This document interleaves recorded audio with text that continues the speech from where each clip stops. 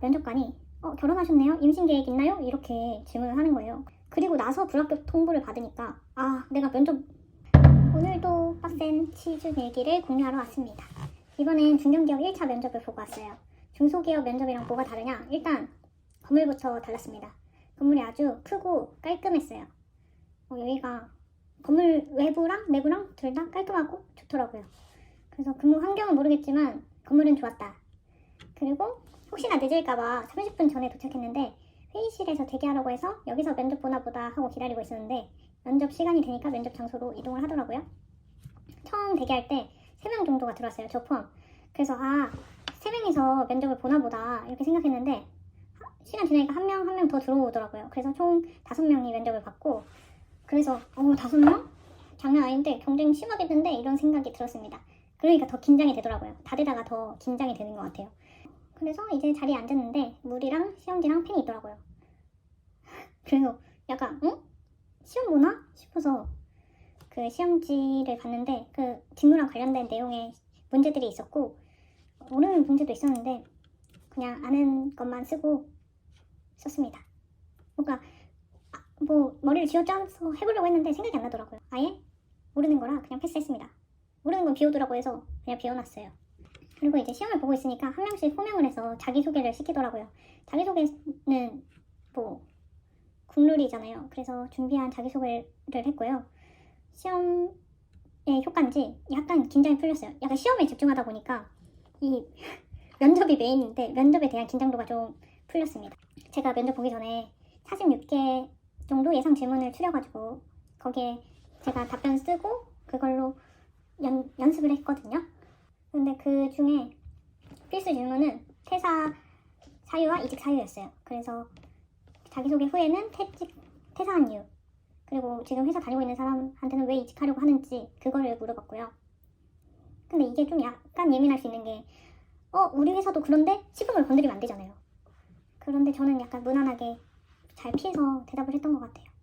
그리고 이전 직장에서 힘들었던 점을 그 다음으로 물어봤는데 전 직장 거를 말하면 좀 너무 이게 진짜 퇴사 사유 아니야? 이런 생각을 하실까봐 저는 일부러 전전 직장 이야기를 했거든요. 고객사 때문에 힘들었다 뭐 이런 이야기를 했는데 반응이 약간 시큰둥했어요. 그래서 잘못 말했나? 이런 생각이 들었고 다음에는 강점을 물어봤어요. 강점도 예상 질문 리스트에 있었던 거라서 그 사례까지 넣어서 답변을 했고 이때는 반응이 괜찮았습니다. 그리고 그 다음에는 포부를 물어보셨는데 포부는 사실 경력직들한테 잘 안 물어보는 걸로 알고 있거든요. 사실 포부는 안 물어볼 줄 알고 준비를 그 예상 질문이랑 답변을 써놓고 연습을 잘 안 했어요. 그러니까 생각이 안 나는 거죠.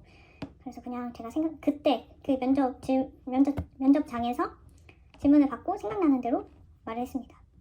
퇴사 후에 공백기가 길어지다 보니까 다시 일을 하고 싶어졌다. 그래서 신입사원의 열정과 지금 제가 가진 경력을 바탕으로 최선을 다해서 업무에 임하겠다 이런 식으로 마무리를 했어요. 그리고 마지막으로 물어보는 게 그 희망 연봉이거든요. 저는 이게 제 면접에서 어려운 것 같아요. 내가 너무 높게 부르면 그 회사에서는 우리 그 연봉이랑 안 맞네, 얘는 이만큼 주면 안 오겠네 싶어가지고 아예 안 부르거나 그런 일이 생길 것 같아서 제가 말을 못 하겠더라고요.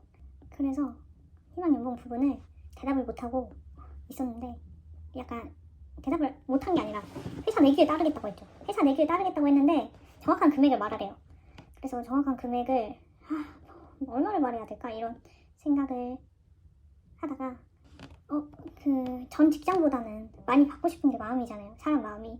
근데 그거를 말하면 너무 높을 것 같고 그래서 애매해가지고 회사 내규에 따르겠다 했는데 정확한 금액을 계속 말해달라 해서 이렇게 하다가 다른 분들한테 먼저 물어보시더라고요.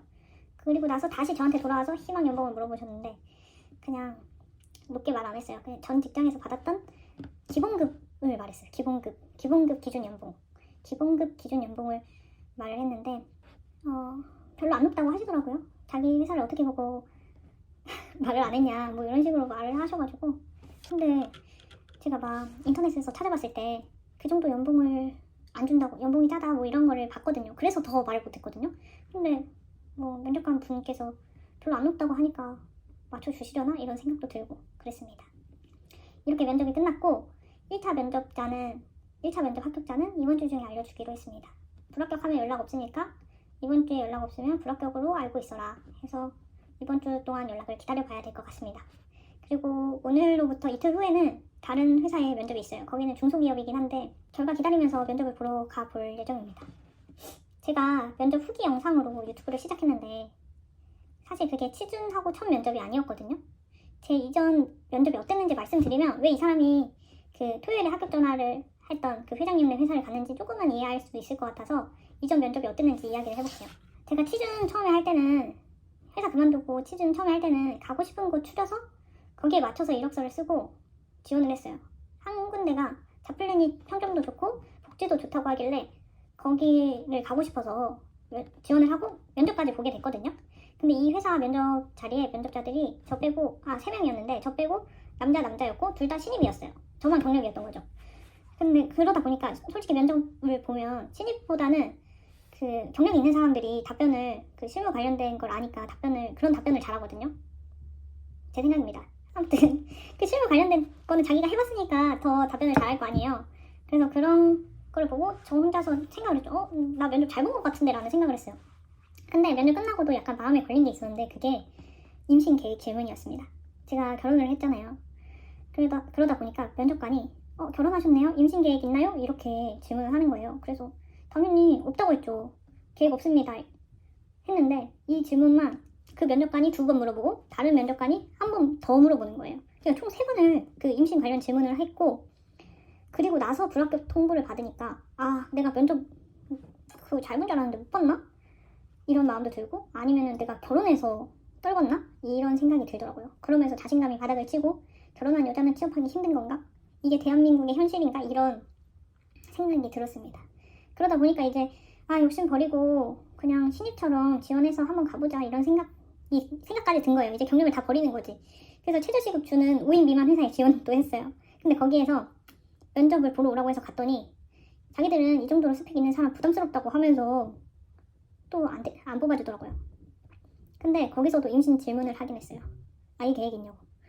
그래서 이렇게 막 아이 관련된 아이 계획, 임신 이런 거 질문을 받으니까 어떤 마음이 들겠어요. 내가 결혼해서 취업하기 힘들구나 이런 생각이 드는 거죠. 그래서 그때 그 할아버지 회장님이 토요일 아침에 전화해서 최소하게 일찍 출근하고 연봉은 면접보다 더 100만 원 더 깎고 그랬던 그 회사 합격 소식에 찝찝하긴 하지만 불러준 게 감사하다 이런 마음으로 갔었던 거죠. 그 회사를 계속 다녔을 수도 있겠지만 막상 출근해보니까 이게 맞나? 이런 생각이 들었고 다른 곳에서 면접 제의가 오니까 나 다른 데 갈 수 있겠는데? 싶어서 퇴사를 결정했습니다. 그리고 퇴사 영상에 반응이 진짜 다양하더라고요. 잘 그만뒀다 파가 있고 저 정도면 다닐만 한데 라고 하시는 분들도 계셨어요. 심지어 뭐 저한테 평생 백수로 살아야 된다 알바하면서 살아라 뭐 이런 댓글도 있었는데 저는 회사 생활을 하기도 했고 해서 저 댓글들이 저한테 타격이 없거든요. 그런데 이걸 보고 다른 취준생분들이나 사회초년생분들한테 영향을 미칠까봐 걱정이 되더라고요. 여러분 힘내십시오. 작 같은 회사 이미 다니기로 했다면 경력 쌓고 이직하면 되는 거고 취준 중이라면 계속 지원하고 면접 보다 보면 뭐 대한민국에 회사가 이렇게 많은데 내가 다닐 회사 하나 없겠습니까? 요즘 취업 시장이 진짜 힘든 것 같은데 같이 힘을 내봅시다. 오늘도 영상 봐주셔서 정말 감사합니다. 구독, 좋아요 해주세요. 그리고 만약에 저한테 궁금하신 사항이 있으시면 댓글 한번 남겨주세요. 나중에 정리해서 Q&A 영상으로 한번 만들어서 올리겠습니다. 감사합니다. 안녕.